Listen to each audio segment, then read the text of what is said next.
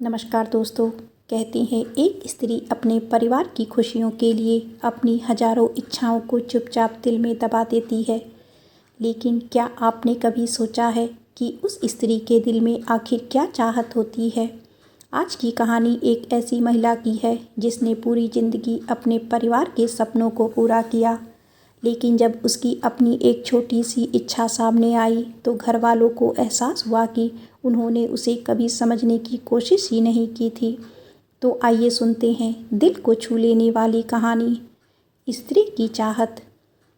शहर के एक छोटे से मोहल्ले में माधवी अपने पति अरुण और 2 बच्चों के साथ रहती थी। माधवी की शादी को 25 साल हो चुके थे। इन 25 सालों में उसने अपने परिवार के लिए ना जाने कितने त्याग किए थे। बच्चों की पढ़ाई के लिए उसने अपने गहने बेच दिए। पति की दुकान में घाटा हुआ तो उसने बिना शिकायत अपने मायके से मिले पैसों की बचत भी दे दी। बेटी की शादी के समय उसने अपनी पसंद की साड़ी तक नहीं खरीदी, क्योंकि उसे लगा कि बेटी के लिए ज़्यादा ज़रूरी सामान खरीदना है। और जब बेटा नौकरी के लिए दूसरे शहर गया तो उसके जाने के बाद कई रातों तक माधवी चुपचाप रोती रही, लेकिन सुबह होते ही उसके चेहरे पर वही मुस्कान होती। घर में कोई उससे पूछता, माँ आपको कुछ चाहिए, तो वह हमेशा एक ही जवाब नहीं देती, नहीं बेटा मुझे कुछ नहीं चाहिए।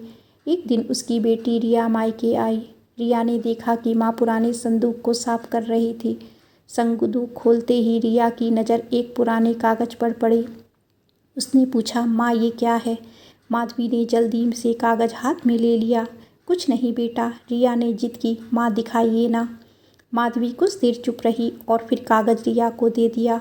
वह कागज एक पुरानी डायरी का पन्ना था। उसमें लिखा था, मेरी सबसे बड़ी इच्छा है कि एक दिन मैं पहाड़ों पर जाऊं, सुबह सूरज निकलते हुए देखूं और किसी शांत जगह पर बैठकर अपने लिए एक कप चाय पीऊं। रिया हैरान रह गई। उसने पूछा, माँ आपने कभी हमें बताया क्यों नहीं? माधवी मुस्कुराई और बोली, कब बताती बेटा, जब तुम छोटी थी तब तुम्हारी पढ़ाई की ज़रूरत थी, फिर तुम्हारी शादी ज़रूरी थी, तुम्हारे भाई की पढ़ाई और नौकरी ज़रूरी थी, तुम्हारे पापा का काम ज़रूरी था। रिया की आंखें नम हो गई। उसने पूछा, और आप? माधवी कुछ पल चुप रही, फिर बोली, मैं तो हमेशा से ज़रूरी कामों में बाद में आती रही। यह सुनकर रिया के पास कोई जवाब नहीं था। उसी रात उसने अपने पिता से सारी बात बताई। अरुण को विश्वास ही नहीं हुआ। उन्होंने पूछा, माधवी ने कभी पहाड़ों पर जाने की इच्छा जताई थी? रिया बोली, पापा इच्छा तो बहुत पहले से थी, लेकिन शायद उन्होंने आपको बताना ज़रूरी नहीं समझा। अरुण पूरी रात सो नहीं सके। उन्हें याद आया कि शादी के शुरुआती दिनों में माधवी अक्सर कहती थी, एक दिन मुझे पहाड़ दिखाने ले चलिए, लेकिन हर बार अरुण कहते, अभी दुकान का काम बहुत है। फिर बच्चे हो गए, फिर उनकी पढ़ाई, फिर जिम्मेदारियाँ, और देखते ही देखते 25 साल बीत गए। अगली सुबह अरुण ने माधवी से कहा, माधवी अपना सामान तैयार कर लो। माधवी ने हैरानी से पूछा, कहाँ जाना है? अरुण मुस्कुराए, जहाँ तुम 25 साल से जाना चाहती थी। माधवी कुछ समझ नहीं पाई। तभी रिया और उसका भाई भी वहाँ आ गए। उन्होंने कहा, माँ इस बार आपकी इच्छा सबसे पहले पूरी होगी। माधवी की आंखों में आंसू बहने लगे। उसने कहा, लेकिन इतना खर्च क्यों कर रहे हो? घर में बहुत सारे काम हैं। अरुण ने उसका हाथ पकड़ लिया। माधवी, जिंदगी भर तुमने यही तो कहा कि घर में काम है। आज घर के काम हम देख लेंगे, तुम बस अपने लिए जी लो। कुछ दिनों बाद पूरा परिवार पहाड़ों पर पहुंचा। सुबह का समय था। आसमान धीरे धीरे लाल हो रहा था। माधवी एक पहाड़ी के किनारे बैठी थी। उसके हाथ में गर्म चाय का कप था। सामने उगता हुआ सूरज था। वह कुछ देर तक बिना कुछ बोले उस खूबसूरत नज़ारे को देखती रही। फिर उसकी आंखों से आंसू निकल पड़े। रिया ने पूछा, माँ आप रो क्यों रही हैं? माधवी ने मुस्कुरा कर कहा, बेटा ये दुख के आंसू नहीं है, ये उस इच्छा के पूरे होने की खुशी के आंसू है, जिसे मैंने समझ लिया था कि शायद कभी पूरा नहीं होगी। अरुण उसके पास आकर बैठ गए। उन्होंने कहा, मुझे माफ़ कर देना माधवी, मैंने तुम्हें हमेशा घर की जिम्मेदारियों में देखा, लेकिन तुम्हारे अंदर की उस स्त्री को कभी नहीं देखा जिसकी अपनी भी कुछ चाहते थी। माधवी ने कहा, मुझे शिकायत नहीं है।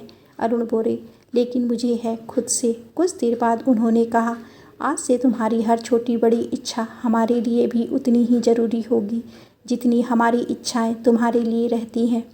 माधवी ने मुस्कुराकर अरुण का हाथ पकड़ लिया। उस दिन से उसे कोई महंगा गहना नहीं मिला था, ना कोई बड़ा उपहार, ना कोई बहुत बड़ी चीज़। उसे मिला था तो बस उसकी इच्छा की कीमत समझने वाला एक परिवार। और शायद यही स्त्री की सबसे बड़ी चाहत होती है। वह चाहती है कि कोई उसकी खामोशी पढ़ सके। वह चाहती है कि कोई उसके त्याग को अपना अधिकार ना समझे। वह चाहती है कि कभी कोई उससे पूछे, तुम्हें क्या चाहिए? क्योंकि एक स्त्री जब कहती है मुझे कुछ नहीं चाहिए, तो ज़रूरी नहीं कि सच में उसे कुछ नहीं चाहिए। कई बार वह सिर्फ यह देखना चाहती है कि क्या कोई बिना कहे भी उसकी इच्छा समझ सकता है। इस कहानी से यह शिक्षा मिलती है कि स्त्री केवल माँ, पत्नी, बहू और बेटी नहीं होती, वह एक इंसान भी होती है। उसके भी सपने होते हैं, उसकी भी पसंद होती है, उसकी भी इच्छाएं होती हैं। इसीलिए अपने घर की स्त्री से कभी कभी सिर्फ इतना ज़रूर पूछिए, तुमने अपने लिए क्या सोचा है? हो सकता है उसका जवाब बहुत छोटा हो, लेकिन शायद वही छोटी सी इच्छा उसके दिल में बरसों तक दबी हुई हो। क्योंकि स्त्री का त्याग उसकी मजबूरी नहीं, उसका प्यार, और उसके प्यार को उसकी चुप्पी समझकर कभी नज़रअंदाज नहीं करना चाहिए। अगर आपको यह कहानी पसंद आई हो तो वीडियो को लाइक करें, चैनल को सब्सक्राइब करें और कमेंट्स में ज़रूर बताएं आपके अनुसार स्त्री की सबसे बड़ी चाहत क्या होती है।